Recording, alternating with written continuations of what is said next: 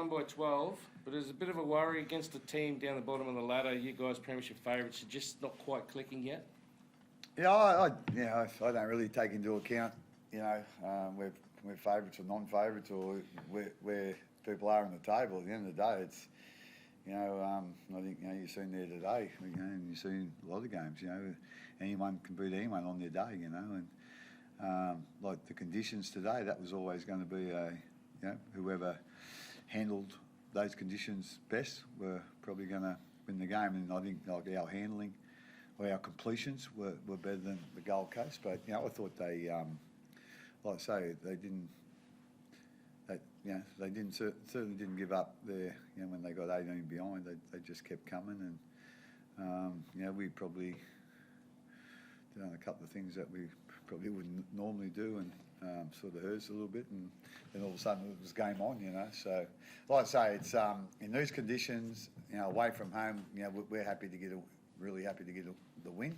There's some things that we think we can improve in, but as I said, I thought the Titans, really battled away well, and as I said, it was anyone's game there with 15 minutes to go, and it was only 12 points difference.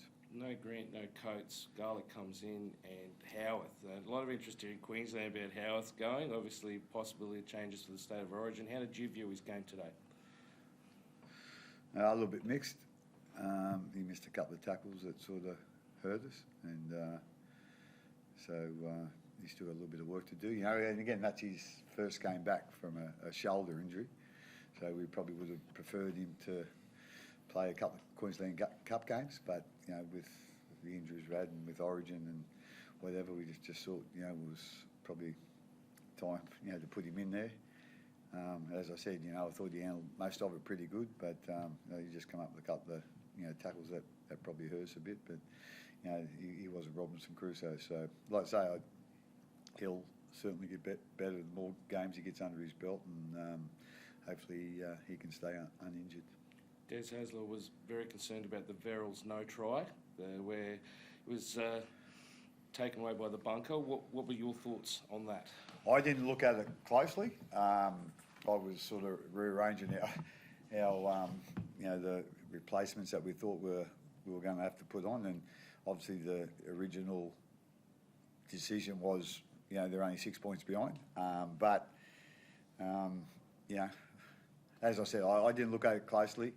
I didn't think there was a whole heap wrong with it when I watched it live, but as I said, I didn't look at any slow motion, and then all of a sudden while we were trying to arrange things, then it got disallowed. So like I say, I wouldn't comment on that. His argument is that when you've got a player in the ruck who's conceded a penalty, it also was a six again called, advantage should go to the team that's playing the football. Do you feel like that basically the advantage should go to the team that's trying to score the try? Oh, yeah. Well, yeah.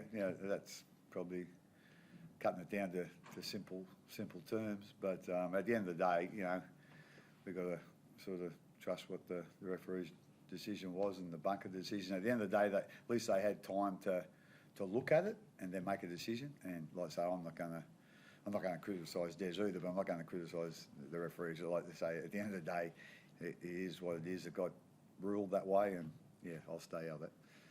Just on that Origin boys resting, that was a decision made for their best sakes. Like that's not what they wanted. Because Harry's head didn't look great after Wednesday night. His head never looks great. Probably a little bit worse after that, but obviously there, and he's only had I think he's only had the one game back with us, and then the Origin game. So to back him up, 3 days later probably wouldn't have been ideal. But with X, he's had a few hamstring, problems in the past, so we just thought it was safe to do that. And the other, consideration was, we play again on Friday, so we've got a short turnaround. So, like I say, we usually, have an opinion on it as a staff, as a whole footy staff. But at the end of the day, if the players are strong on they want to play or they don't want to play, we'll usually go with that. And over the years, obviously, especially with our guys that you know, our Smiths, Slaters, Cronks, Crockers and all those sort of guys, they always wanted to back up, especially if they got beaten Origin, you know.